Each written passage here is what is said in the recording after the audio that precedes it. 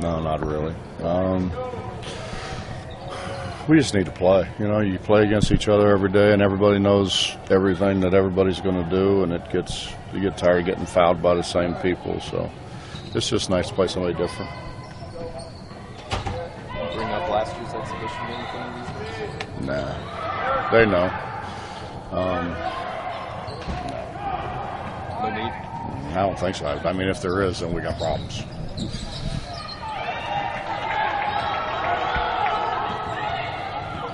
Second year, you're going to be going up against some former players and a graduate assistant. What is it going to be like for you to go up against Joe and Rob and talking to those guys heading into this? No, I mean, they come down. I mean, I see them, but no, we really haven't talked about it. I haven't mentioned it really with those two. You know, talk to the head coach, and I guess, you know, they're going to probably play a lot of man-to-man, so it's good for us. We need to practice. Joe Mazzola said several times that he thinks you two are a lot alike. God, I hope not. Let's go to ask if you agree. Oh, I think there's people who would say that maybe we played the same way.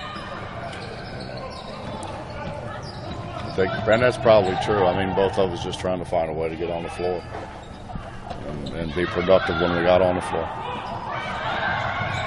Does that personality, that those characteristics relate to coaching, translate over? To be honest, I don't know. I mean,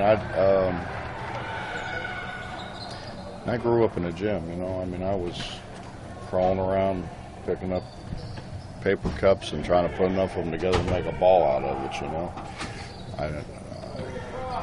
I was actually born when my dad played, so I was in the gym then, and obviously I was in the gym the whole time he coached, and I was around him the whole time that he ran his basketball camp until the NCAA passed a rule that I wasn't allowed to work it anymore, which was a rule I really agreed with, by the way. But, you know, I honestly don't know as much about Joe's background, but I mean, I've been in the gym since I can remember.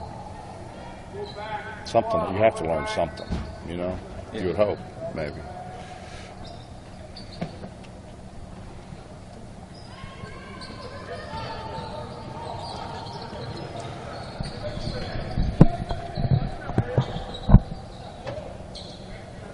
Specifically with your team in this one, I mean, Dennis says it's not to make an impression; it's to continue to, you know, do preparation. What are the things that you hope to get out of them in this one, or work on that maybe you just need, you know, another team to go against? I think we need another team to go against. I mean, you know, they're obviously they're going to know what we do, but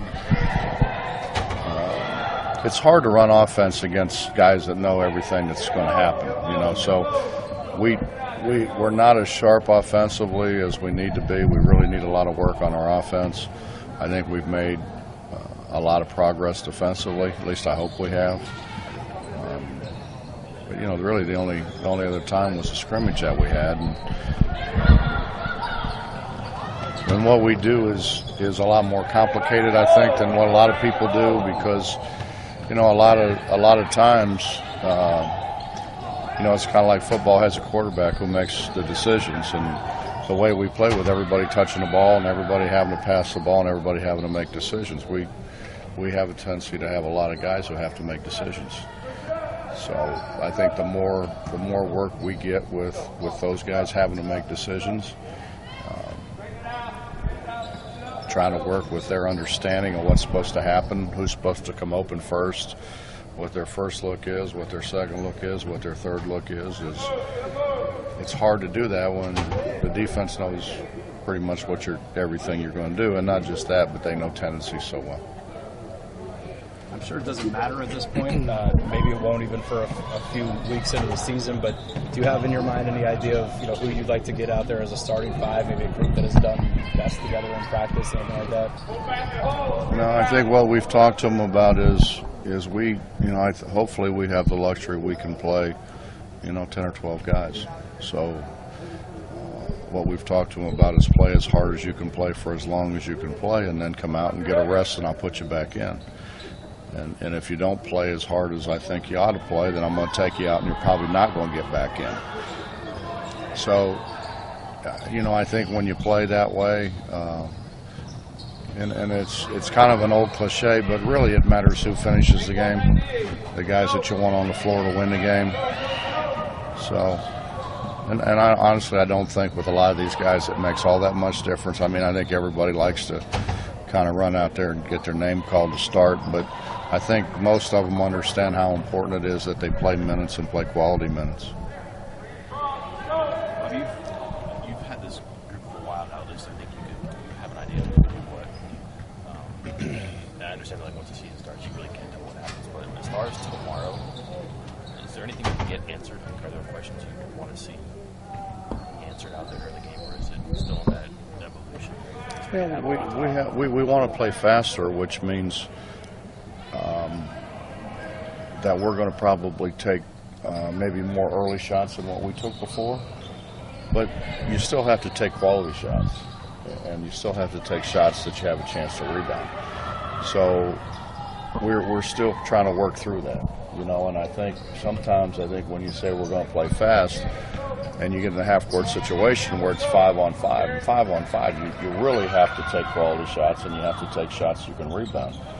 And we've had a hard time, I think, differentiating between the two. We've burped up too many early shots that we had no chance to rebound, and they really weren't quality shots. So that's something that since the scrimmage, we've tried to work on, and we're still in the process, I think, of defining roles. We've got guys, if they dribble, they're going to turn it over. That probably translates into don't dribble, So I think we're still in the process of defining roles and getting guys to do. The whole thing is to do, and the reason I think the stuff that we run so good is there's something there for everybody. I mean, obviously, over the years, guys like Deshaun can do more than some other guys can do because their skill level and because of their understanding of how to play. But there's something for everybody. Whether it's, we can pick and roll, we can back screen, we can down screen, we can cross screen. We got guys that are good at curling, we got guys that are good at fading. So the whole battle is to get them to do what they're good at doing and stay away from all the things that they can't do. And I think everybody thinks I got to show them I can do this. Well, the worst thing you can do is show what you can't do. And in most situations, when guys want to go out and show how rounded their game is, they're just letting everybody know all the things that they can't do. And we've got to do a better job, I think, of defining that. Along that line, you have 3-point guards. Are they different? They each have a niche. Is that how you look at the things they can and can't do? Yeah, I think if you ask me today, I think Jabari's shooting the ball on the perimeter a lot better than what the other two are at this point in time. And Gary's more of a power guy.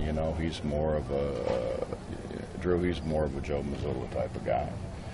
He's more power the ball to the rim, where the other two are more out-quick people to the rim, beat them with their speed and with their ball skills, where Gary's just going to try to put you on his shoulder and take you where he wants you to go. So they're a lot different, I think. And Staten is in between the two? Or? He's better on the open floor. He makes a lot better decisions on the open floor. Jabari still, I think we shouldn't forget that this last year was the first time he'd ever played point guard, where Wani's played point guard since he started dribbling a basketball. So obviously his skill set and his mentality should be a whole lot different than what Jabari's is. With the way Jabari's shooting the ball, how does his role change this season for you guys? We're going to throw the ball to whichever one's open and tell them push it as fast as they can up the floor. So they're both going to end up having the ball, but I think probably in 5-on-5 situations, probably I would think Wani would initiate the ball more than what Jabari would. Jabari probably would be a little more off the ball. But hopefully we can get people where we're not playing 5-on-5 all the time. That's the whole goal, is that we can play with numbers. We can play 5-on-4 or 4-on-3 or 3-on-2 or something, Hopefully 1-on-0 a lot, but that probably won't happen. But Am I reading Staten wrong, or is he, with some kids, you send them out for the night or send them home for the day, and you don't know whether they're coming back tomorrow or what's going to happen. He doesn't seem like the kind of kid that you worry about.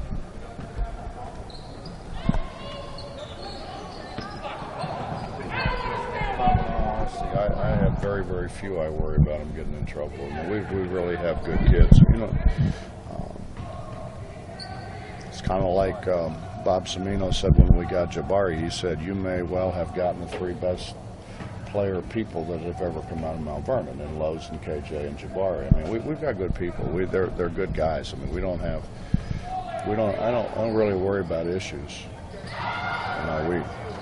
The big thing for us is being 15 minutes late for study hall, so which shouldn't happen, but it's better than some of the alternatives I've had over the years. I was going to say, it hasn't always been that way.